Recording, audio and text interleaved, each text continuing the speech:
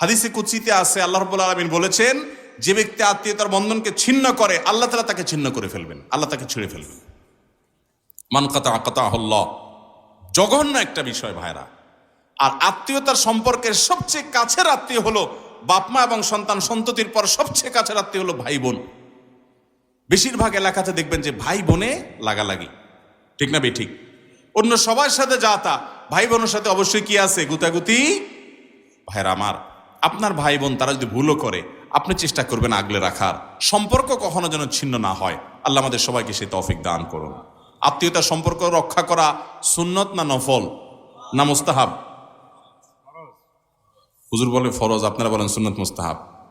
বেশিরভাগ লোক সুন্নত মুস্তাহাব বলতেছে। অবশ্য এখন গণতন্ত্র অনুযায়ী তো সুন্নত মুস্তাহাব হয়। সুন্নত মুস্তাহাব জয়যুক্ত হয়েছে, সুন্নত মুহাব্বত জয়যুক্ত হয়েছে।